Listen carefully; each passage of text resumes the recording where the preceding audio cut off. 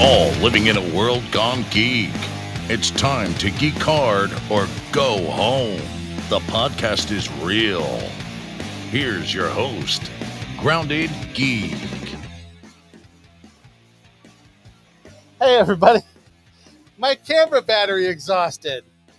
What do you know? It's one of those things. It's time. It's one of those things where it wouldn't be a World Gone Geek show if there weren't technical difficulties. That's true. So here's what I'm going to do. Right away, I'm just going to go ahead and bring up Utah and Aaliyah. Welcome to the show, guys. This is great. Greetings, program. Hello. Oh my gosh, Jeff, you are a slave driver if their battery is exhausted. Come on, give your battery a break. That's pretty terrible. I thought that was a joke. I was like, what is this? Is this a new thing? Real. And That's it happened right when we went live, of course. Of course it did. That's so I'll funny because, you were doing the memory card thing for a little while earlier, so. I know. So, yeah, Should we just tuning in for the first time, this isn't unusual. This is par for the course. So, Jeff lost power, so he doesn't have any lights, which is why we can't see him, but we can hear him. Yeah, hold on. All right, I gotta get the right cord. I'm just gonna put a new battery in. I was gonna plug it in, but I can't find the cord. I took the cord out to go to. See, the great thing is this comes out as a podcast. Thank God, most of our audience is a podcast audience, Right? Because they're not seeing this classic World Gone Geek. But I was at the Cleveland Gaming Classic yesterday, which is a convention here in Cleveland. It's all about games, video games, and so there's video game developers there. There's the whole arcade setup. It's really cool. It's an awesome convention, and that's where I took the cord because I was doing video and filming there. We can see the excitement in your face as you're talking about it. I know, right? So I'm gonna go ahead. I'm gonna let you two talk while I change the battery real quick. Oh, okay. Well, sure. That's amazing. It's hilarious. Utah and Aaliyah after Jeff is gone. Yeah, this is what we do when Jeff leaves. We just talk about him. No, I'm just kidding. I'm excited. Aaliyah, so I have a question for you. Yes. Do you know what a Tamagotchi is? Yes. You do? It's like one of those little like handheld. Yes. Oh my gosh. Okay, so yeah. I swear I thought you might not know what those are. Did you have your own? Did you actually have one ever, or? I did, but I don't think I. Oh my God! The battery took away Jeff. Oh, there he is. Yes, there he is. Because I'm so excited. This arrived in the mail today. What? It's my R2D2 time. Okay, now we can see Jeff and we can't hear him. I love it. I saw that announced. No, I just forgot to turn the microphone back. I turned the microphone off because I didn't want to hear me going over here and doing all this stuff. Oh, gosh. Look at that. Now better watch out. Watch out about your battery there. Fine. It's fine. What is going on? Oh my gosh. Love it. It wouldn't be a World Gone Geek show if there weren't technical difficulties. Right. I had to make that a soundbite. And Leah, what do you got to say about that? I think that is so neat. Wait, which part? The Tamagotchi or the battery? Because the battery is very normal. The Tamagotchi is so cool. Utah, for the benefit of our podcast audience, explain what you have in your hand right now. Oh, all right. So back in, what was it? Would have been the 90s? 90s, yes. It would have been in the 90s. They had these little, basically, keychain battery operated. I don't know. I guess it's a little game. It's called a Tamagotchi. It's basically a virtual pet. So you've got a virtual pet on this little monochrome 8-bit screen, and you would have to feed it and play with it and, basically interact with it like a real pet, except it's virtual, it's digital, and you just have it on your keychain. And they had different types of pets back then, but they announced earlier this year that Bandai was going to come out with a Star Wars one, and it's an R2D2 Tamagotchi. And I can't wait to open them up and start not taking care of them, because I'm awful at taking care of them. Oh, I know, right? That's what I was gonna say. I know I had some, but they definitely died. There's a collector out there who literally almost had a heart attack when you said you're going to open that. Just so you know. That's But true. I'm the same way. I buy those things. I want to play with them. That's why I get Yeah, that I'm stuff. sorry. My I pop guess I could have figures bought are all just lined up there. There's no boxes out of the anymore. They're just, box. Yeah. I want to see them. Yeah, I'm not worried about that. I could have pulled a I Sheldon may and got regret it two, in I 20 guess. years. But yeah, I'm said sorry. I could have pulled a Sheldon and bought two, right? Keep one in the box and then play with the other. But You didn't do that? I'm not as rich as Sheldon. I'm sorry. I'm not like some astrophysicist that, I thought you were. No, only when I stay at a Holiday Inn Express. I want to tell you about this Cleveland Gaming Classic real quick. That's what I was going to do. No, but that was perfect that you brought that up at that time. So I appreciate it. And now I want one really bad. I'm going to have to go see if they still. They've got two versions. Still available. They've got like a solid blue and white one, and this one is kind of translucent, so you kind of see through the blue. Nice. Yeah, so I'm going to set that aside and wake him up later. All right, Aaliyah's about to say something now. You don't want to. Yeah, I was actually going to. Whenever you lean forward like that, I'm like, Aaliyah's about to speak. Everyone, shh. I was going to say, every time that Utah comes on, he has a different gadget, toy, something like this. This needs to be a sequence or a segment, like Utah's toys or something. You're not wrong. We might have to implement that. Yeah, the segment will be, what did Utah waste his money on this week? Yeah. Yeah, and then and I'll bring up the little cha-ching sound effect every time. Because why is Karen not talking to Utah this week? Because I spent money on this. That's why. Yeah. All right. So real quick, here we go. Check this out. This is my badge. Look at you. It says staff. It does, because I was on the staff. I did video production for it. It was pretty amazing. It's a really great show. This is its second or third year. I can't remember. It's definitely the second. Young. Yeah, it's definitely more than one. But because I know it was last year. But this is the first time I've been, and it was phenomenal. So much fun. Nice. They have a whole arcade with like a bunch of machines in there. That are older than this Aaliyah. year. Yes. Utah, they did not have the X-Men machine. So for those of you, what? Oh, come on! Did they have the when Utah and I were in college, the X-Men 4-player X-Men two screen. It had 2 screens. Utah, remember how excited we were? Oh my god! I now have 2 screens sitting on my desk, but there were 2 screens. We would skip doing laundry at the laundromat for a week. And we'd have like our roll of $10 of quarters and just. It was 4 players, 4 joysticks and buttons, and you could play as the X-Men and go through this mission. Phenomenal. We loved it. Did not have that one, but they did have one of my other favorite 4-player. The Simpsons one? Arcade, the Simpsons one. You, of course, know exactly what I was going to say. So that was there. There was a lot of games. They had tons of game vendors. Johnny Cage, Scorpion, Sub-Zero, Daniel, I'm going to say his name wrong, Pacina, I believe it is. He was there, so I got to meet him, which is pretty amazing. That's cool. Sonya Blade was there. What? Also from Mortal Kombat. Yeah, because Mortal Kombat, they didn't have the motion capture. Like that was actual video of that was photo. Yep. Doing the poses and the fights. That's cool. So that the original actors from the video game. I've got some footage. Next week I'll actually show footage. Obviously, I mean I was there from 10 in the morning to 8 at night, and I'm still sore because I'm carrying a stabilizer, Ronin stabilizer. It's a wonder I'm even here. Thankfully, we sit for this program. You were carrying the gimbal? Oh yeah, it was crazy. I was so sore getting in the car. I walked, definitely hit my 10,000 steps yesterday. But it was fantastic. And we're going to have, so there were game developers there too, indie game developers. One of them, 2 of them have agreed to come on our show. One of them is going to be here on December 19th. They are Afro Duck Studios. And they're in Columbus, Ohio. And they're working on like an African-based themed RPG, and they had a demo of it there. It's really sweet. The artwork is great. The graphics are awesome. I just started talking to them, and he was like, yeah, we'd love to come on the show and talk about it. So I gave him the link to our calendar, and he signed up before I even walked away from the booth.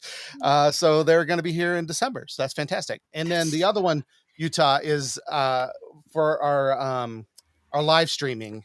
It's called a Grip of Madness or something like that. And it's a 4-player. Imagine Phasmophobia, but you get to mixed with like Call of Cthulhu. And it's like, what's the game? Among Us. So someone becomes the traitor. You don't know who halfway through. Like you start out all doing the same thing. And you're trying to complete a ritual. So at some point, a random player becomes the traitor. Turns. And nice. Plus there's a brute and some demon dogs and things in there. Graphics are great. It was really fun to play. I died immediately when the traitor was revealed, but it was fun. But it's like, exactly really? The kind of game that Matt would be hilarious playing. So we're going to bring that's Matt awesome. Yeah, we'll have to on to play this. And I'm picking on Matt, but no, I mean, it's fun. We love to play the scary games together. And this is a 4-player fun one. So imagine like Dead by Daylight meets, Phasmophobia meets Among Us. That's kind of what it is. Yeah, it's fun. So they're going to come on later, early next year, because they're still in development. They just brought like some of it. We played a round of it, but it's not complete. When it's closer to being complete, they're going to come on and talk about it. Fabulous. And they both those people were there at the thing. So that was awesome. And then of course there was a cosplay contest. And who won an award? Who won? My daughter won the best in show. So I was very way to go, very, nerds. very proud of her. And I'm telling you, like she's so humble. She doesn't like the attention. She doesn't like me talking about it, so I'm doing it anyway. And I saw her Instagram post, and she looks check fantastic. out her Instagram.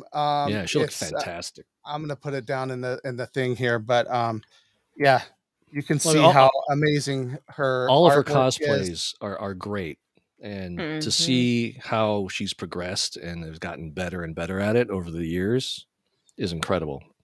All right, so cool. That's her Instagram down below. Great she's stuff. an amazing makeup artist. You're going to be blown away by her talent. But and I'm not just saying that as a dad. I am saying it as a dad, but I'm just super proud of her. I'm not saying it as a dad. She got so good. Yeah. So she would probably get very angry if I posted the picture here on the show. So I'll just give you her Instagram. You can go follow her. I can't believe she doesn't have more followers. Yeah. And for the podcast listeners, it's Nurbs Wax, NURBZWAX. And it's like, I feel like I need to whisper, because if she walks around, she's going to come over here.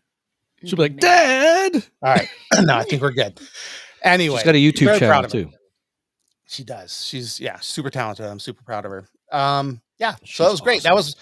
That was Cleveland Gaming Classic. There's going to be some video footage. I'll show a little bit here next week. We can show a little bit, and then you can follow them, especially if you're from Cleveland, on Facebook. I mean, I don't know. I mean, maybe somebody would travel from far away to go to this. People travel for conventions. Come on, I know. So if you happen to be nearby and you want to go to that next year, they're on Facebook, Cleveland Gaming Classic, and it's fabulous. So wonderful. Cool. Today, however, we have a very special guest. So last week we talked to Shane Salk, who joined us on game night, which was fabulous. And he'll probably never speak to us again because of how it went. You got to go watch it to see that. No, he was great. We had that. He loved it. He had. Did I make him uncomfortable? He made himself uncomfortable. I think he made himself uncomfortable. He admitted it. But he is an audio drama writer and a producer and actor and all those things. But our theme this month is writing. So we've been talking to writers. Shane was the first one of the month. And tonight we have a writer on, a novelist who has a book out, and a second one, like almost imminent, I believe, is just like about a month or so. Yeah. About it. She is very talented. I actually read the first book when she booked with us. So I've already read it. It's great. I see what you did there. When she booked, I read the book. Yeah. See how many times I can fit book into that sentence. But her name is Danielle M. Orsino.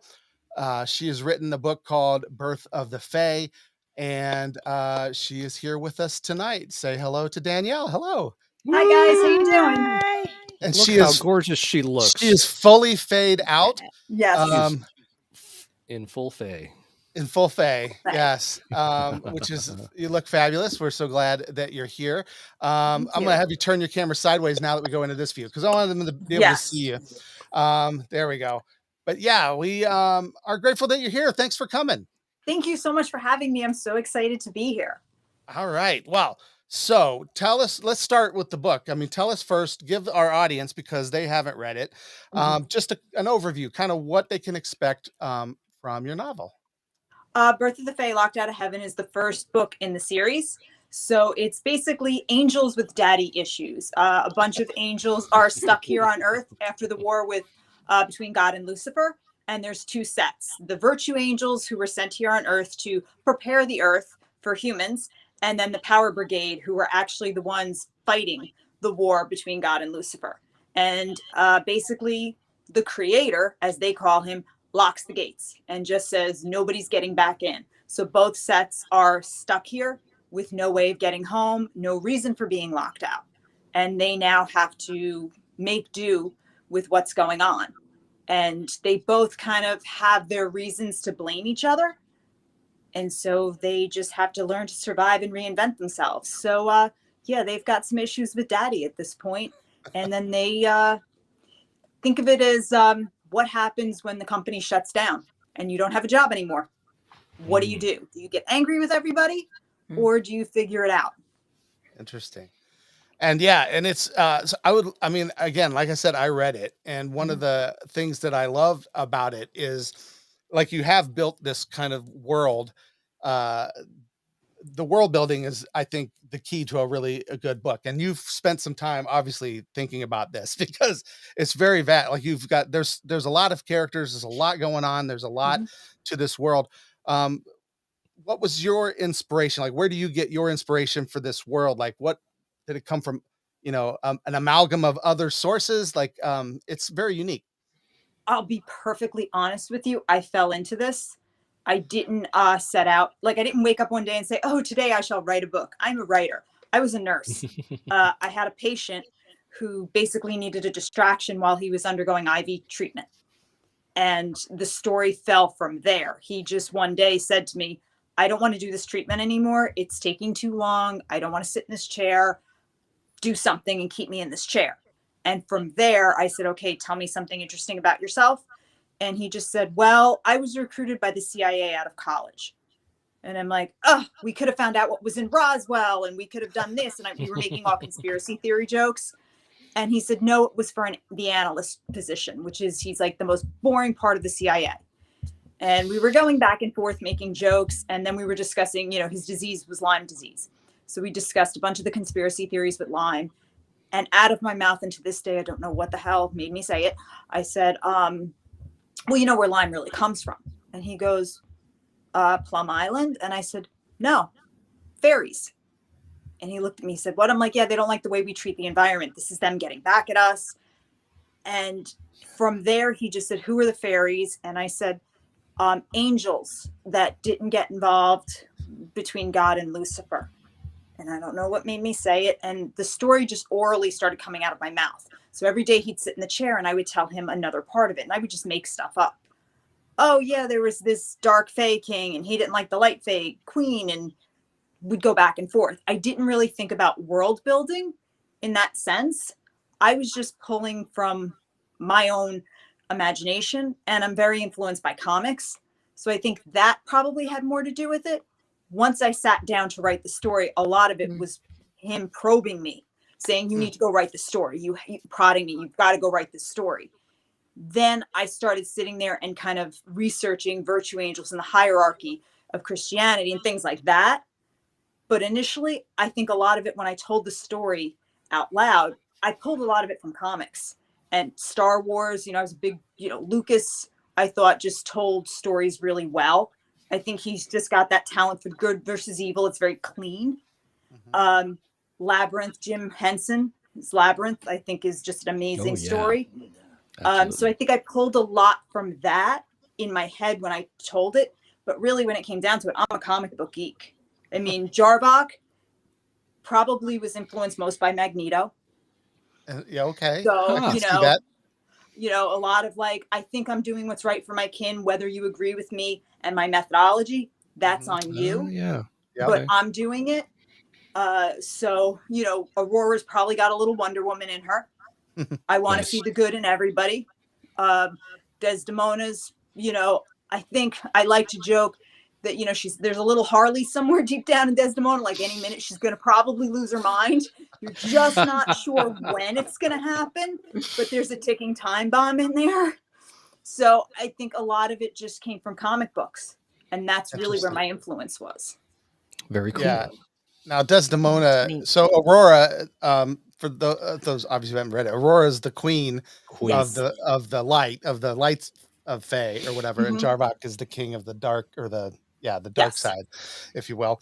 But Desdemona, I think, is my favorite character because she's kind of like the captain of the guard, or whether she's never been taken seriously until now. Aurora puts her faith in her, kind of thing. I like those kind of role. I like those kind of characters who are like the kind of misunderstood or but they get their chance to shine, and then they're like the so I really like that character. Thank you. I appreciate that. So yeah, tell us a little bit more about like the process of writing it. So it sounds like you just kind of fell out during the storytelling. How long did it take to get to the form it is now? Like, how long was the writing process, editing? Like, what was that like? It was a while. What I did was I would tell him the story, but I wouldn't go back and write it. I just told it to him. And then when he was really like, you need to go sit and write this, I was like, no, I'm going to PA school. I'm not going to go be a writer. Like I want the money. You know what I mean? Like I want a serious job. Like nobody makes money writing. And then I actually went into anaphylactic shock using the meds that I was actually treating everybody with. And I got really sick. And it turned out healthcare was not going to be my job anymore, due to this allergy. So at that point I was like, okay, universe is telling me something different. So I sat down to write, and I hand wrote the book. I started out writing one book, and out of it 3 to 4 books came out, because I wasn't sitting there going, oh yes, chapter 1. It was more like writing, and then I'm like, oh, they'll probably want to know where this came from. Okay, let me go back and write this. And I would just hop from chapters to chapters and just kept going, because I was like, I have no idea what I'm doing. I mean, when people are like, what is your process? Are you a plotter or a pantser? I'm like, I don't know. I just sit and write. Like, I hope, I pray. It's more like I'm a prayer. I'm not a plotter. I'm a prayer. I just wrote it. And then I found a couple editors here and there, but they weren't great. And then I found one that was phenomenal. I met up with Cleet Barrett Smith, and he became my developmental editor for book 1. And he really was like, okay, let's sit down and figure this out. And he read it, and he's like, I think you might be better cutting book 1 in half. He's like, because it's a long book. And he said, you don't really have the audience for it. You're new. So that's what I did. And that was probably a good 2.5 years from beginning to end. Wow. And I went with Icon first to do the first one. And then after a year, the 4 Horsemen found me and was like, you know what? We specialize in fantasy books. And they said, why don't you jump with us? They said, because this is what we do. And so I jumped to the 4 Horsemen, which just seemed apropos given the name. Yeah, and, that makes sense. Yeah, absolutely. Yeah, they found me and said, we're going to take the book, we're going to re-edit it, we're going to put out a second edition. And I had always wanted to do a prologue that featured Lucifer, and they were really into that idea. And they said, let's put out a new version of it, re-edit it. Let's add this new prologue with Lucifer and start working on it. And they took it and ran, and they said, let's add your cosplaying to it. So they said, while we like the cover of the first version, they said, let's take your photos of you dressing up these characters and let's put you on the cover. They were like, why are you hiding behind this? And I'm like, oh, okay, yeah, sure, why not? Like, I just did it because it helped me to figure out when I was writing, like, Desdemona's cape shouldn't be long. You know, it's like she'll get pulled when she's fighting. You know, like, Right. things like that. It's like no capes. Yeah, exactly. No capes. No capes. So they figured it out and they jumped in, and it was really helpful. And they have a different editing process that I like. So we went through it, and I've been with the Four Horsemen since, and we're, you know, kind of marching together on this, and I enjoy it, but I also handwrite everything. So, you know, that's how I start my process. So I was going to say that cover. Yeah. Wow. Yes. Yes. Yeah. That is me as Lady Serena. Our mermaid. Now I'm trying to Instagram the original shot. It's gorgeous. Mm-hmm. It's really fantastic. Thank you. Yeah, and it's so awesome that that's you. I was it's funny because I was sitting here just trying to figure out which version of the book that I have. Well, that's right, because now there are two editions. Did I get the full edition? I don't know which one I actually read, so I'm gonna have to double check here because now I guess I'm gonna have to read it again. If you don't have a prologue featuring Lucifer, you have the first edition. If you have a prologue, then you have the second edition. You know, that's kind of cool to be such a young, a new author and have two editions of your book. That's pretty cool. I kind of like it because, you know, it let me. They were cool. The Four Horsemen were really cool because they were like, "Oh, you want to do a prologue?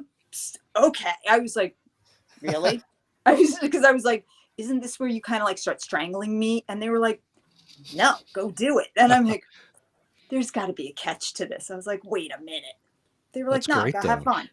So how long did it take you to build your audience? I know you were saying. I'm still building. It's, I'm on 2 blasphemy lists. So what? Yeah. Okay.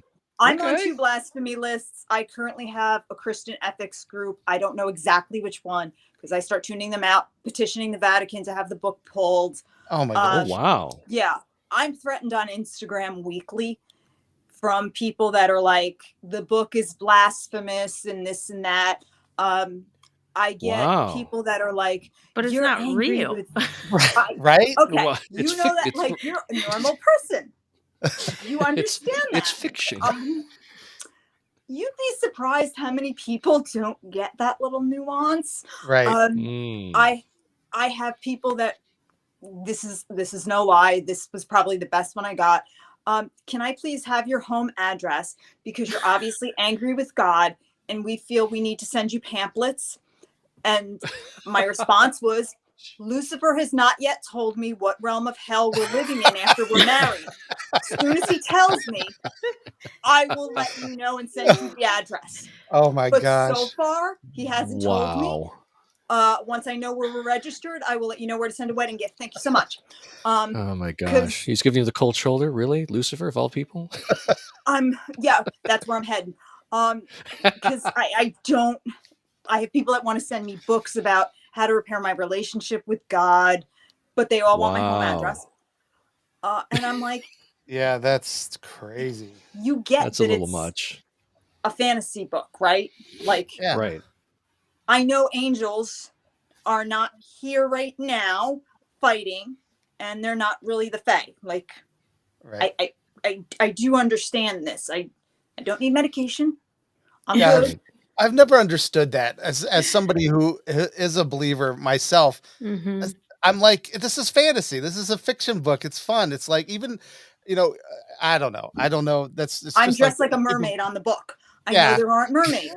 Like, that should have been your first clue, right? My dog is the dragon in the book named Los. It's my Yorkie that inspired Los. That's awesome. I know he's not a dragon, but well, and now I'm still working on building that audience. Well, it sounds like you've built up an audience, just a different kind. Hey, you know, it's funny because whenever you hear these boycott type situations or any kind of like protesting situation, all it does is draw more attention to it. Now people want to know why are they so offended? I'm going to read this book now. So hopefully that any publicity is good publicity. If anything, it helped Harry Potter. Remember, like people were up in arms about that, which Harry Potter is awesome. So Harry Potter is amazing. I joke And I'm like, the day that I see the Pope holding up my book in the Pope Mobile, I've made it. If he's got nothing better to do. Oh, wait, I'm going to make a note. Send copy of book to the Pope. Exactly. I'm like, I'm setting a reminder. I'm going to do that next week. I'm all good. So we're working on building the audience. I think book 2 will bring people back into the fold a little bit because it's less controversial, but I joke with them because I'm like, wait till you see what I do in book 3 and 4 then, if you're really upset. So you want to poke the snake, let's see what really happens. But, I wasn't even trying to offend you before. So we'll see. I mean, I joke because my dad is very religious and I was nervous when I said I was going to write this book. And he was like, yeah, go for it. He's like, go have fun. Like, what's the big deal? And he read it. He listened to the the audiobook, because he was like, I'm not going to sit and read it. Thank you. Yeah. I started listening to it this week. And he loved the audio. It's really, I'm assuming that you have some say in like who narrates and who reads what, but great choice of narrator because he's fantastic. He's awesome, right? Yeah, he's really, really good. Yeah, they called me, Skyboat Media did it, and they called me after they read the book, and they said, we see you don't have an audio book. We'd like to be involved. And the minute I picked up the phone and heard his voice, I went, oh my God, it's Jarvok calling me. And I giggled a little bit. I was like, oh my God. And I kind of was like, and I held the phone. I went, I was like, would you be Jarvok? He's like, well, I'd like to be. I'm like, yeah, you're him. It's cool. I was like, you got it. That's awesome. I'm like, you be Jarvok. Oh, that's so cool. They were great. Yeah. So really good. I'm literally on Amazon trying to look on my Kindle on my phone, and I can't log see in. which edition you have? Not working. Yeah, I wanted to find out what edition. So, and I'm looking on Amazon because the cover that's on, because I have it on Kindle. The cover that I have it on is the old cover.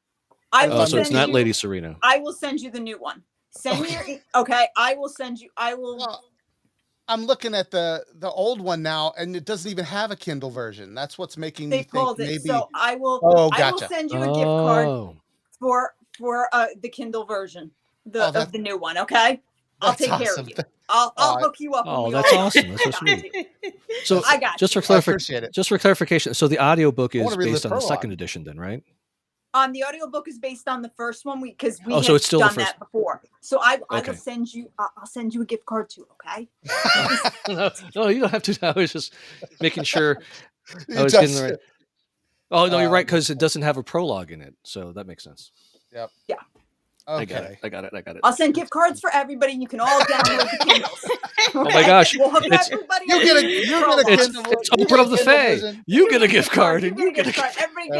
Everybody goes to the veil. Everybody goes to the veil. There we go. Yeah. Go to the veil. We're all going to the veil. Just hop on a dragon. We're all going to the veil. There we go. We're getting on the Yorkie. Get on that Yorkie. Exactly. Well, actually, Los doesn't fly, but that's okay. He's not big enough to carry us.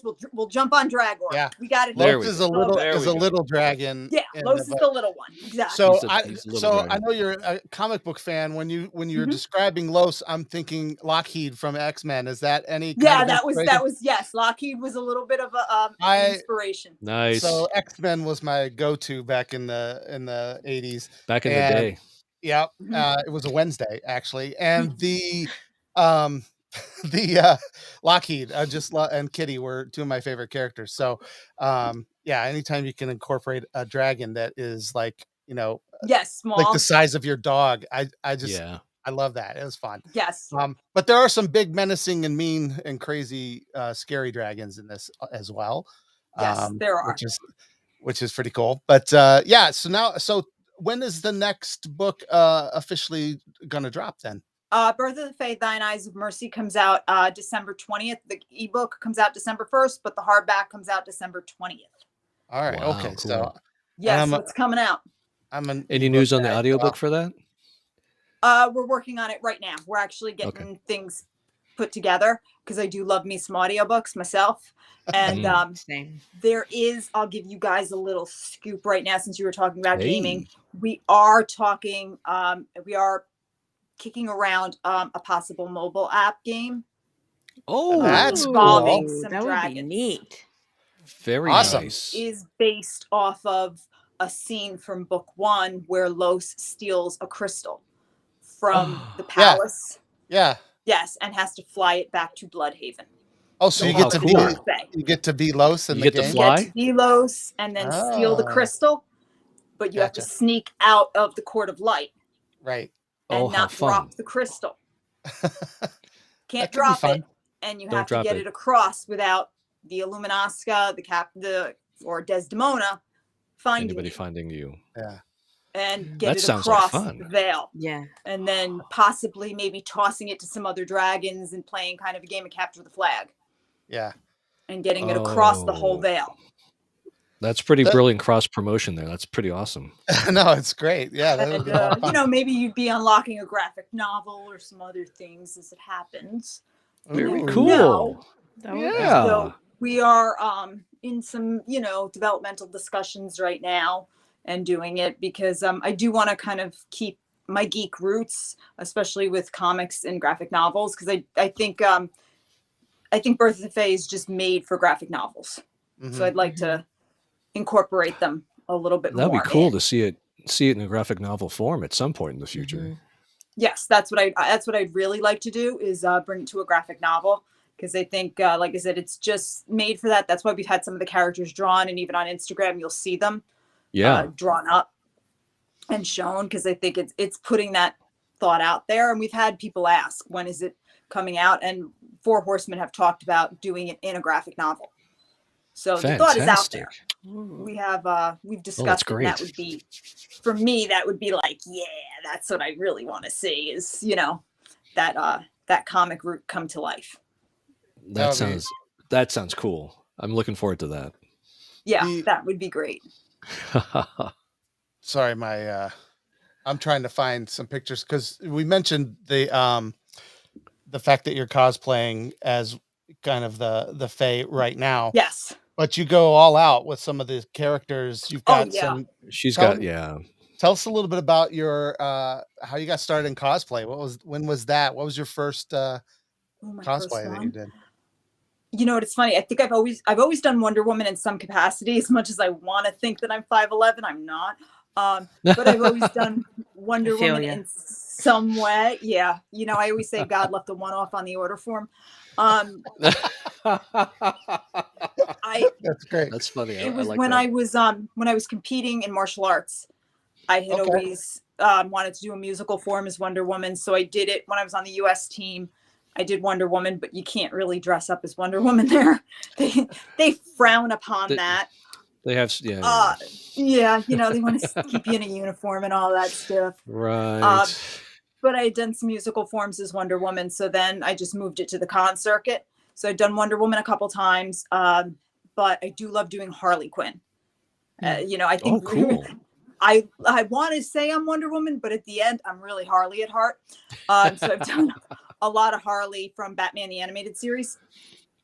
I've done a lot of the Jester of Harley. Yeah, that's kind of that's my favorite version. So seeing your pictures are just really, you look fantastic as Harley Quinn. Oh, thank you very much. Yeah, I love doing Harley. I've done Catwoman a couple times. I've gone to Comic-Con, New York Comic-Con as Catwoman. Cool. That was fun. I usually stay within the DC realm. I've wanted to do more Marvel, but I haven't quite yet found that Marvel character, because it's always like, oh, you should do Black Widow. I'm like, it's expected. I've wanted to do Firestar. Oh, Firestar would be awesome. Yeah, I agree with that. That's been the one that I'm like, if I'm going to do Marvel, I'm going to do Firestar, but I want to do her right. And it's like, I want to figure out exactly how to get that microwave look, that glow that she has. So I've looked at like some LED threads to get it right. That's kind of like my pinnacle if I'm going to do Marvel, because it's like, I'm not going to do Dark Phoenix. Once again, it's expected. I'm not doing that. Right. It's like, that's too easy. It's like, oh yeah, okay. Everybody, Wanda. Just because. No, I'm not doing Wanda. Not that I don't love Wanda. I can't bring myself to do it. It's too expected.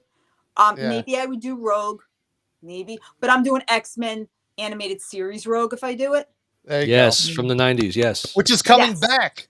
which is coming back. Yes. Yeah, Coming back on Disney Plus. They announced it. I'm so excited. And it's like a continuation in that style, in that animation style, and everything. So great. You see that I'd be down for. I would do Rogue. I would do, but I can't find. Like I said, Firestar would be where I would go if I'm going to do Marvel. That's where I go. But I usually stay in the DC family. I do Wonder Woman. I've done Batgirl, but Yvonne Craig Batgirl. I've done old Adam West. Okay. Yeah. That style Batgirl, because that just nice. Once again, that fits me. If I'm going to do it, that's where I've gone. I've done Gal's version, Linda Carter's version of Wonder Woman when I've done it, and I did Kingdom Come. Okay. Oh, cool. I did that at a damn, full on. I did actually like a little short on Instagram. It was like maybe a minute of, a little video that way. Nice. Cool. With the sword, did the whole thing. Nice. So, I've done, when I do it, I want to kind of go all out when I do them. So that's fair. To me, cosplay, it's a lot of fun. And when you go to the cons, that's the you best. can always tell who's there to really do it and have a good time, and who's there to just watch. And if I'm going to go, I'm like, let's go. There's one guy, Daywalker, who does Blade. Yes. He's phenomenal. And we did like a whole little fight scene. Oh, that's when fun. I was Catwoman, and he's great. And then there's a great Deadpool when I see him. Blade was fighting Catwoman. You're crossing the streams. I yes, can't do I know, it. and that's what was so great. It was supposed to Amazon that we're gonna get. I'm joking. I was just giving Utah a hard time about that the other day. He was giving me a hard time about crossing streams. It's just we didn't explode. It was okay. It was good. Okay. But I did have. There are times where it's Ryan okay. Reynolds walk past me in a bad Deadpool costume 2 years ago. What? Before he went, he was doing I don't know if it was Fox. It was one of the studios when he was doing for his latest movie, not Red Notice, the one before that. Free Guy? About the Free Guy. Yes. He did the announcement at New York Comic Con. He was walking around in a bad Deadpool costume. Walked awesome. past me. And literally me and my friends were like, that is like a weird Deadpool. Like he had a robe on, the sombrero, and he was walking with the oh yes, stick. The sombrero, yes. Walks past, and then like 2 seconds later, everybody's phone's going off because he showed up for Free Guy like unexpectedly. Wow, those are the best. When the celebrities hit the con floor dressed up and they go incognito, that's the best. Yeah, it was just. I think I was dressed as Poison Ivy at the time, and I'm like, well, I couldn't have just walked over to that Deadpool and just taken a friggin' picture. Right. Like, right? Yep. I'm like, what is wrong with Yep. And everybody we were standing with was like, that was Ryan. And I'm like, whoa, you just have that moment of like, you can feel your head just ready to explode because you can't figure out that that's who that was just 2 seconds ago. Yeah, so I love the cons. Like you just never know what you're going to get there. So I want to go, I can't wait to get back. I didn't go to New York Comic Con because I just moved down to North Carolina. So it was literally the week that I was moving. So I couldn't go. Yeah. But next year, I'll be back on the floor, dressed as somebody, running around, taking pictures. Jacob Javits. Doing whatever. Now we gotta Utah. We gotta go to New York Comic Con. You've gone to San Diego Comic Con many times. I've been to San Diego Comic Con for a while. And yes, you absolutely. Just glossed over that second part there, didn't you? I don't know what I didn't hit. What was the second part? You leave me behind. You go to San Diego. I'm like, where's Utah this week? He's in San Diego. You didn't tell. No, you. Wow. Well, you don't fit in the carry-on luggage, Jeff. I know. I need to lose some weight. I get it. Well, I mean, I'm willing to put you in check baggage if you want to give that a shot. All right. No, yeah, but New York Comic Con is closer. Yes. I mean, technically, we could drive there. I mean, we could drive to San Diego as well, but it's not. That would be a lot longer. Not like there's an ocean in between us, but no, it's a closer drive. And I've been thinking about that, like New York Comic Con. Like, we should totally do that. Like, we should. It's so much fun. We should make a World Gone Geek road trip. Oh, there you go. Would you go, Aaliyah? Sweet. Absolutely. Yeah. I've always wanted to go to New York. Yeah. It's on my Baltimore list. is great too. The Baltimore Comic Con is a lot of fun. Yeah, Baltimore's good. Yeah, that's a good one. I met Jason Momoa at New York Comic Con. Wow. And that's cool. Yeah, super nice. Yeah. Like, nicest guy. I was blown away with how down to earth and nice he was. Like, I was that's always good to know. hear, though. Photo ops. Yeah, you never know. You never know. Yeah, you're just like, okay. And I went as Arkham Asylum Harley. Oh, cool. And I'm like, okay. And he, like, the minute I walked in, he went, oh my God, somebody's dressed up. And I looked at him, I was like, it's Comic-Con. He said, you'd be surprised how many people are coming in just regular dress. Like, I met them off the street. He's like, we're going to take this picture. Like, yeah, we bumped into each other. And I'm literally staring at him like, are you talking to me? Like, what? Like, yeah. And he's like, come here, honey, let's take our picture. This is the best part of my day. And I'm still standing there like, you're really big. And I don't know what to do with you. And so he's like, no. And I brought my friend, and I had won like the raffle where I got like 2 extra minutes with him. Cool. Oh, cool. Yeah. And so all she's doing is giggling. She's not saying a word. She's just giggling. And I'm looking at her like, you're making me look so good right now. Thank you so much, Laura.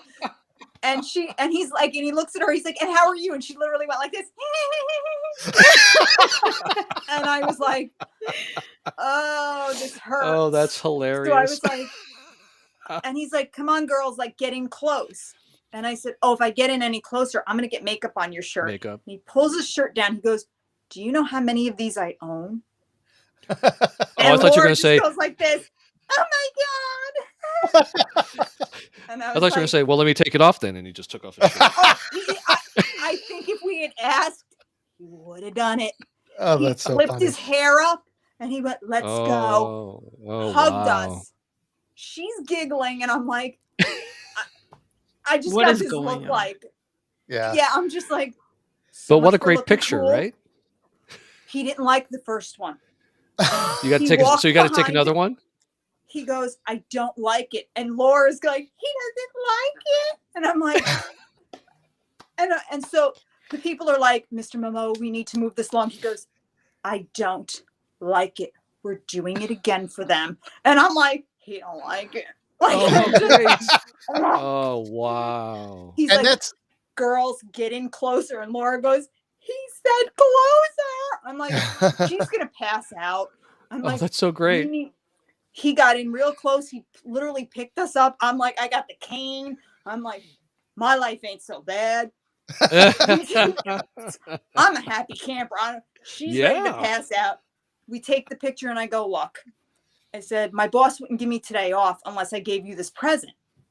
So he looks at me and I watch my language. He goes, are you serious? I said, yeah. And he goes, so somebody's like hurrying us. And he finally goes, enough, to the person. And I was like, dang, okay. So he goes, give it to me. So I go, it's a necklace. He goes, aren't managers? And then he used a certain word. And he goes, they're such. And I went, yes, they are. He goes, tell him you gave it to me, sweetie. Don't worry about it. And I went, yes, Aquaman. Because I just didn't know what else to say. I was just like, Aquaman spoke to me. And he goes, you have a good day, honey. And I was like, okay. And then he goes, what do you do? And at the time I was personal training. I said, oh, I'm a personal trainer. He goes, I was doing javelin throws to get my body ready for Aquaman. And I'm like, okay. Yeah, once again, I'm like, I don't know why we're having this discussion because, like, I can't help. And then he just starts going on about his workout for Aquaman. And I'm like, okay. And he's like, so then and he just starts talking to me about his workout. And I'm like, really? Okay. And he's like, so I'm surfing, and when I'm paddling, you know what I do? I actually scoop. And I'm like, sure. And he just talked to me for like 5 minutes. Meanwhile, they're rushing him, and he's like, I'm not done talking. That's so great. Well, have a great day. He's like, and you too. He's like, thank you. And I'm like, no, thank you. Because I'm like, I don't know what to do here. Like, and we just went about our business. And my friend the whole time giggling. And she's like, he was nice. I'm like, how the hell would you know? You were giggling. Did she remember any of it at all? She just walked out of there she grabbed that picture so quick. And then she's like, you can get the copy up front. I'm like, I can get the copy. She goes, yeah, copies up front. She took the original, walked right out. I was like, oh, that's funny. I'm like, I won the lottery. She goes, yeah, but you invited me. And I'm the guest. Wow. Trotted right out of there. I was like, I think that's the case. So many of these, like we go to Wizard World here, Utah, and I have, we did a photo shoot with Bruce Campbell. With who? And yeah, and that was it's not the celebrities that are rude. It's the staff the photo that people. they're trying to hurry it along. Yep. And I know they've got a job to do and they've got hundreds of people to get through. So I'm not picking on them, but at the same time, it's like, they want to make a little conversation. And it's just, my daughter and I did one with Millie Bobby Brown when she was in town, because we'd both just shaved our heads for St. Baldrick's to raise money for pediatric cancer. And my daughter, so she was bald, so she went as 11. Like she was dressed as 11, and then they announced Millie was going to be there, and I'm like, oh, okay. I wasn't going to buy it. It's just too expensive. The only reason, I did it with Bruce Campbell because we could split the cost, you know what I mean? That kind of thing. But I'm like, okay, this one's all on me. It's my daughter. So let me, of course. But I'm like, oh, I got to do it. I mean, she's going as 11. And you and you dressed up too. I was Hopper. Yeah. So, so just as an example of the two, what you just said there, we were standing outside. We had a booth there for a charity that we do, Extra Life. And so I was there as a booth person, and booth personnel, we can come up to the front of the line and get in. And I was like, they'll just kind of throw us in. And so we were told to stand at this one spot, and we stood there, and the line is all the way over, kind of lined up next to us. And we're standing at the rope off to the side and just waiting to find out what's going to happen. As we're standing there, somebody walks behind us and says, "Hey, 11." And Rachel and I turn around, and it's her as she's walking by to go into the photo booth. And as she's going to the curtain, she just kind of waves like, "Hey," just really cool. I mean, she was just being nice, right? We get in there to take the photo, and they're like rushing us through. They won't even let us, they won't let you bring in the Eggo container. I get that because of promotion. Like they wouldn't do that. So we had to leave that out there. But they were just like, get in here, get it done. She was like this, pointing at us. Like she was really cool about it. But, obviously she's like nice and willing to engage with people, but they're just like, move along, move along, move along. And it was just, so we felt really uncomfortable, like even saying something when we walked in. It was really awkward. But we got a great picture with her. But it's just, again, and I'm not knocking them. I know they have a job to do, but exactly. They have a job to do, and I get it. And I'm sure people are very rude to them who feel entitled to, like, because they're like, I paid for this picture. And, so I get that it kind of cuts both ways. But sometimes you're like, look, I'm not being rude to you. Like, I got up there and I was like, I was waiting to go, and I was like, hi, how are you? To, the handlers. And they literally looked me up and down and were like, excuse me. I'm like, well, this is like part of it. Yeah. You know what I'm saying? It's part of the experience. He was not expensive. I only paid $75.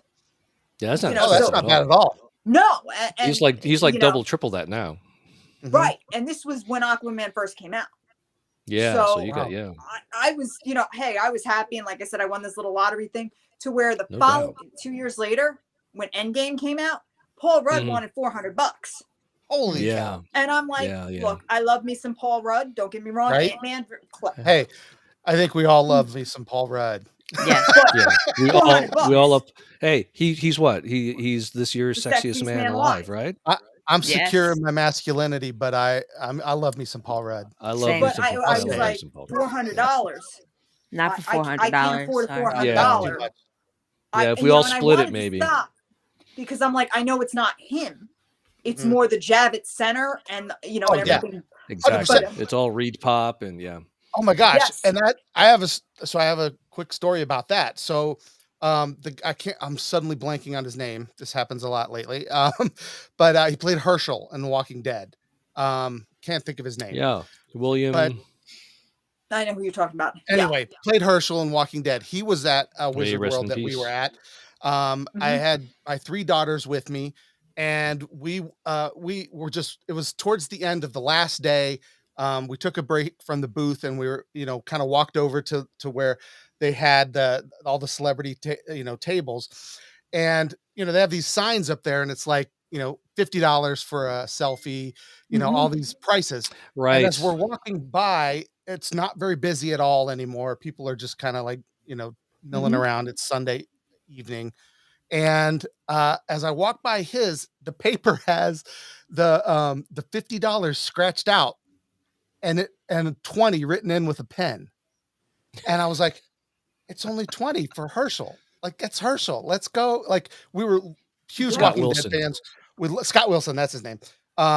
We loved his character. Like, I'm like, it's only $20. Let's go do it. Yeah. Totally worth it. The people at the booth were like, took the money, and they were, and we're thinking we get like 2 seconds with this guy, right? We go over, and he's like you, sort of like you described Jason Momoa. He's so gracious. Like, this guy is like, hey, he gets that, like, we enjoy his art, and we're here as fans. And he literally, he gave like, as we were leaving, he gave my daughters hugs. He was talking about their cosplay. Libby was Legolas from Lord of the Rings. Yeah, she had long blonde hair at the time. Yep. And Hannah, I don't remember. She was a Pokemon. Did she go as a Pokemon? It was, or was Rachel? Rachel was a Pokemon. I don't know. Anyway, but he's complimenting on them, and then he hugs each of them, and he turns to me, and he puts his arms out, and I'm like, I'm about to hug Herschel. Like, I'm like, this is amazing. And he gives me this big old hug, and we just chatted for a few minutes, and he was just the nicest guy in the world. And from what I understand, like, he went out there and changed the price, because he's like, this is ridiculous that they're charging this much to come talk to me. Like, the celebrities aren't into that. They're paid to get there. Yeah, they're get paid regardless. Yeah, they got their money, right? So I think some of them are like, okay, this seems excessive. It's a little ridiculous, yeah. Right. You're there as a fan. You just want to have the interaction, and I think sometimes it gets lost in all the fanfare of also the con itself, because let's face it, Comic-Con is now something that it was never what it was, what it is now. It's very different than its intention from the beginning. Yeah, exactly. I mean, now you got to be fan verified and all this other stuff. It used to just be that we went, we had our fun. I mean, I kind of feel like it's now like the geeks kind of own the popular spot on the table in the cafeteria. Yeah. It's now cool to be a geek. Right. Yeah. And that's a good way of putting it. It's a little different than the feel of what it used to be. And now it's become obviously a moneymaker and stuff. God knows that I'm the first one for the Alex Ross gallery for my photographs. I am there so quickly. Here's my money, take it. You don't have to twist my arm. Give me my lithographs. Right. I have my places where I go, Artist Alley, all that stuff. It's changed a lot, but I'm still there every year. I'm still giving them, and the price keeps going up. Even Repop, the way they handled it this year with COVID, there was no refund. So if you got COVID, it's like, well, too bad, you're not getting your money back. And it's like, okay, how safe are we being? It's a polarizing subject on a lot of things, but it's like, you have these fan experiences. You need to make it a little more accessible. I mean, look, if Gal Gadot is there, here's my $300.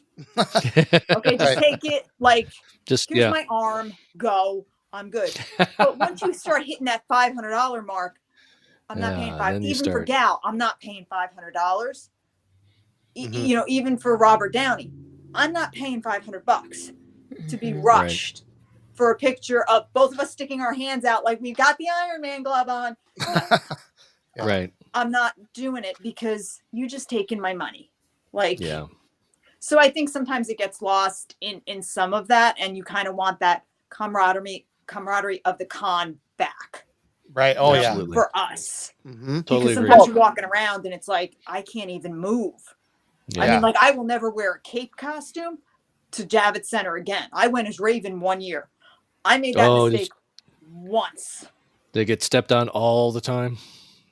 That dress was off of me so fast, and I had the hood, I had the whole. I thought I was looking hot. My friend was like, it was getting stepped on left, and I was getting yanked back, and finally I was like, oh jeez, I gotta go. I'm like, I gotta leave. I said, I can't. I'm like, I can't do this. And then they had, the guys with the cosplay is not consent thing, and I'm like, I'm like, all right, you guys are making this so much worse than it needs to be. Because I'm like, I could come in here dressed as Vampirella, and most of the geeks and the cosplayers won't care what I'm dressed as. But you running around with a big sign that says cosplay is not consent, following me around, is making me feel. Yeah. Brings more attention to it. Interesting. Yeah. So, I think sometimes the cons, like, we're getting a little carried away with this stuff. Just let us go and let us take pictures. That's what we really. I want to take the picture with the guy dressed as Thanos. Who goes like he's been going every year, who looks like awesome. That's who I want to take the picture with. I don't care about the rest of this. Just let me go. Let me get my Alex Ross prints, and I'm out. Nothing wrong with that. No, not at all. I'm here for nothing wrong with that at all. Well, if next year, if God, help us, if COVID is finally at least distant enough, or I guess word I'm looking for, not as rampant. Yeah. Well, if it's under control and the conditions are safe enough. Yeah. By the way, I'll have a booth. I wanted to point out that would be cool. My wife's got my back here. Scott Wilson. But I didn't look at it until in time. But yeah, she got my back. I will have a booth and you guys can come visit me. That would be awesome. Oh, that would be sweet. If you have a booth, I'll be there. I would go to New York Comic Con for you. Absolutely. I will let you know, and I will be in full fae regalia at that booth, and oh, cool, doing that, because that's my dream, is to see cosplayers as my fae characters running around. Yeah, that was going to be my next question. Like, have you had fan art? Anybody do stuff like that yet? I've had some fan art. I've had people ask me, have you thought about cosplaying with fans? And I've said that what I'd love to do eventually is do a calendar with cosplayers as my characters. That would be sweet.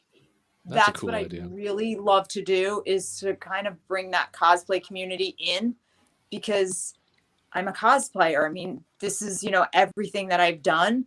So I'd really like to bring it back kind of full circle and have other cosplayers. I want to see somebody as Jarvok. I want to see somebody as Zion, as Asa, as my dark fae characters, as my light fae characters. I want to see them walking around the con floor. And I'd eventually like to do a calendar of other cosplayers as these characters and see what their interpretations are. Because I think that would be really, really cool. Yeah. Just kind of see where they take it, because I can only go so far with it. They're my characters. Right. So obviously I have a certain, aesthetic, a certain feel toward them. Sure. But somebody else could totally come up and be like, no, I see her this way, or I see him this way. Yeah, man, go crazy. What do you think the kyanite armor that the dark fae wear looks like? I would love to see, an celestial blade. What do you guys think it looks like? Yeah, that would be awesome. And I'd like to pay it back to the community, because they've been super supportive of the book. And I think it'd be really cool. Yeah. Yeah, that sounds fantastic. That's amazing. Well, tell folks where they can find more information, where they can get a hold of the book and all that kind of fun stuff. You can always check me out on Instagram at birthofthefae_novel, or check it out at birthofthefae.com. And then you can find the book at barnesandnobles.com, amazon.com, or check out the audio at audible.com. And then book 2 comes out in December. And the book 2 is called Birth of the Fae, Thine Eyes of Mercy. And it takes place in Tudor England. So we go from beginning of time with book 1 to what the Fae are up to in Tudor England. And we have a whole new set of villains in book 2. Sounds interesting. Yes, it does. Yes. I've taken, instead of going with King Henry or Queen Elizabeth, we go with Queen Mary. And Bloody Mary. Nice. And we see how the Fae have gotten involved with humanity a little bit differently this go round, and what the aftermath of war has been between the two Fae factions. Interesting. So Oh, cool. Yeah, it's a different. I learned a lot about Tudor England and what I the bet. protocols are. I took a class in English in Tudor England protocol and how they eat. Wow. Just to find out, like, yeah, apparently you don't sit. You have to bathe your hands in rose water to show everybody at the table that you are clean. Really? Wow. Yes, I did not know that. I know that now, though. So, yes, and they all had their own utensils in a pack that they wore on their hips. They carried their own utensils. So they were prepared for COVID before. They COVID sure was were. They were ready. We all need to do that, right? They were ready us. for Yes. They were always ready for COVID, apparently. They carried their own utensils. And it was mostly spoon and knife. It's not a fork. I wish I knew that before I went to medieval times way back in the day. Yeah, medieval time, they ain't got nothing on us. But yeah, I've learned a lot. Yes, they took their napkins and they put it over their left shoulder. Huh. Yeah, that's all the aristocrat, like all the upper class. Yeah. Yes, Wow. I've learned a lot about it. Tudor England. So where was this class? I took it online.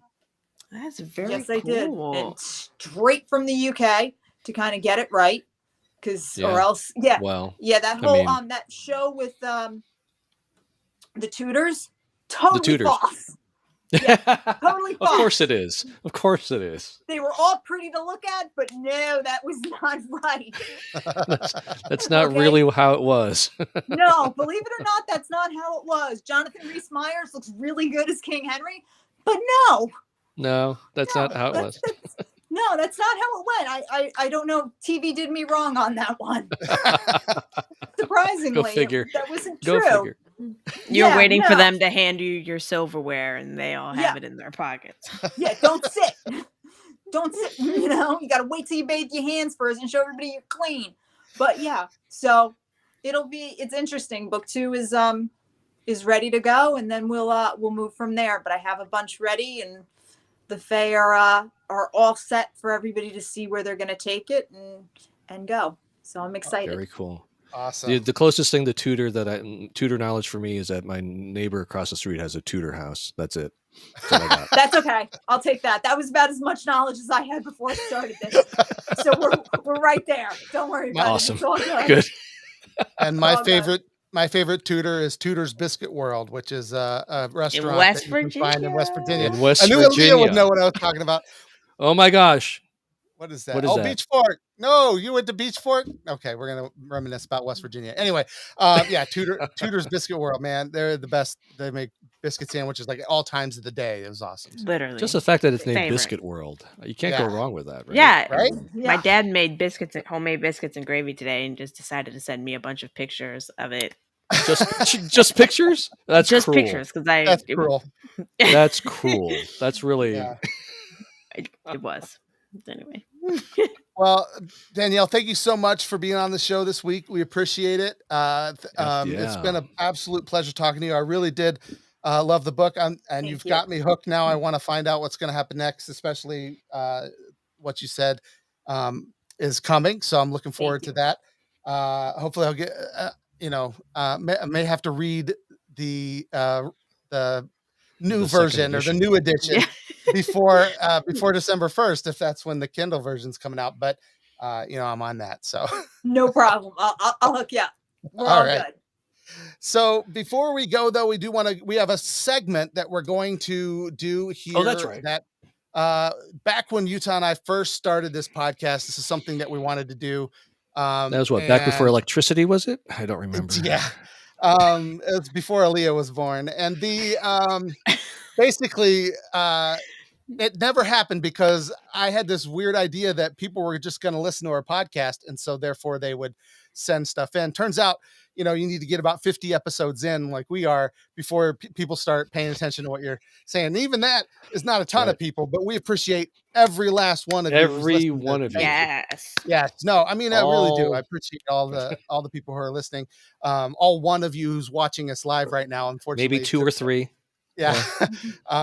More people listen to the podcast, but we appreciate you and thank you. So what we want to do is give you a voice on the show as well. It's our 90-second geek rant is what what it's called. And right now, it's time for the 90-second Geek Rant. That's right. I even had a sounder made up for it all that time ago, and I finally get to use it on a show. Here we are. So what it is we've got a SpeakPipe link out there where you can actually speak your mind. We want to hear your hot take on some kind of issue going on in pop culture today. Maybe you read a book that was really awesome. You want to recommend it to other people. Maybe you heard us say something about a movie that we love. Maybe you heard me say that Die Hard is a Christmas movie and you want to tell me it's not. You can jump on there and speak your mind. We will select a few, and we're going to let you have a moment at the end of the show. We'll talk a little bit about it. I tell you though, if you come at me about Christmas, I'm going to talk afterwards. I get the last word. That's the rule on the show though, because I have the control of the board here. So I can play your audio and just go off. So no, I won't do that. But, just mute you. Yeah. But no, we want you to go ahead and do that. So that's at speakpipe.com/worldgonegeek. So you can just go there, speakpipe.com/worldgonegeek. And there it is on the thing down there. You can see it if you're live with us now. There it is. You can go there and leave your message. So we're going to play one today. This is from Katie. We're going to find out what she has to say. And here's Katie's 90-second geek rant. Something that I've been geeking out over recently is the book The Long Way to a Small Angry Planet by Becky Chambers. In it, she explores alien races, human-AI relations, and cultures in post-Earth societies in an extremely refreshing way. I could go on and on about how unique and well-developed the alien races are, from the scaly reptilian andrisks and the complexity of their family structures to the slug-like Harmogians who, despite their physical weakness, use their highly advanced technology to wage war and decimate other species. The Long Way to a Small Angry Planet follows Rosemary Harper, a new human member of the multi-species crew aboard the Wayfarer, a junky old tunneling ship. Aboard the ship, Rosemary struggles to find her place among her peers as she tries desperately to keep them from finding the truth about her past. I don't want to spoil anything, but all I can say is that I love this book and the two sequels, A Closed and Common Orbit and Records of a Spaceborne Few. I cannot recommend it enough. Please check it out. Awesome. Okay, Katie. You guys read that if book? That's your real name, Becky? No, I'm just kidding. Katie. Oh, it's not Becky? You sure? Yeah. And so she is she's recommending that book. Since, like I said, this was a segment we wanted to do long ago. So she sent this in way back then. So it's finally coming on. I'm gonna have to let her know that it's fine. She can finally listen to the show now because Katie, we heard you. But no, yeah. So I actually started reading that book after she recommended it way back. It is very good. My wife actually had already read it when I told her about it. She was like, "Yeah, I read that." So it's actually really good. And that was 72 seconds. Katie, is perfect. You got it in 90 seconds. So you can see you can get a lot out in 90 seconds. You get a chance to really speak your mind there. If you want to do the same, if you want to give us your recommendation for books, movies, or just a hot take on something in pop culture, there's the link at the bottom. It's in the show notes for you guys listening on the podcast, speakpipe.com/worldgonegeek. We want to hear from you. And that's going to do it for our show this week. Danielle, thank you so much again for being here. It was a pleasure to talk to you. It was a pleasure, Danielle. Thank you so much. Yes. As I said, though, our theme this month is writers. So we got another writer coming on next week. His name is Riley Toon. He has written some books. He loves geeky stuff too. He's got some superhero books that he's written and some other stuff. He's going to come and geek out with us next week as we continue season 2 of World Gone Geek. We thank you guys for listening because we couldn't do it, or we could do it without you, but it wouldn't be as fun. So thank you for listening. No, it wouldn't. I mean, I didn't know what I'm supposed to say there, but no. We're grateful that you listen. We appreciate it. We want to make sure that you're following us on all of our social medias. That's basically everywhere: Twitter, Instagram, Facebook, Twitch, YouTube, TikTok, at World Gone Geek. We're all those places. We're World Gone Geek. So please check us out. We'll see you guys hopefully next week with RealLY. No game night this week. We're doing every other weeknight. But we hope to see you next time. Thanks so much for being here. Bye, everyone. Bye.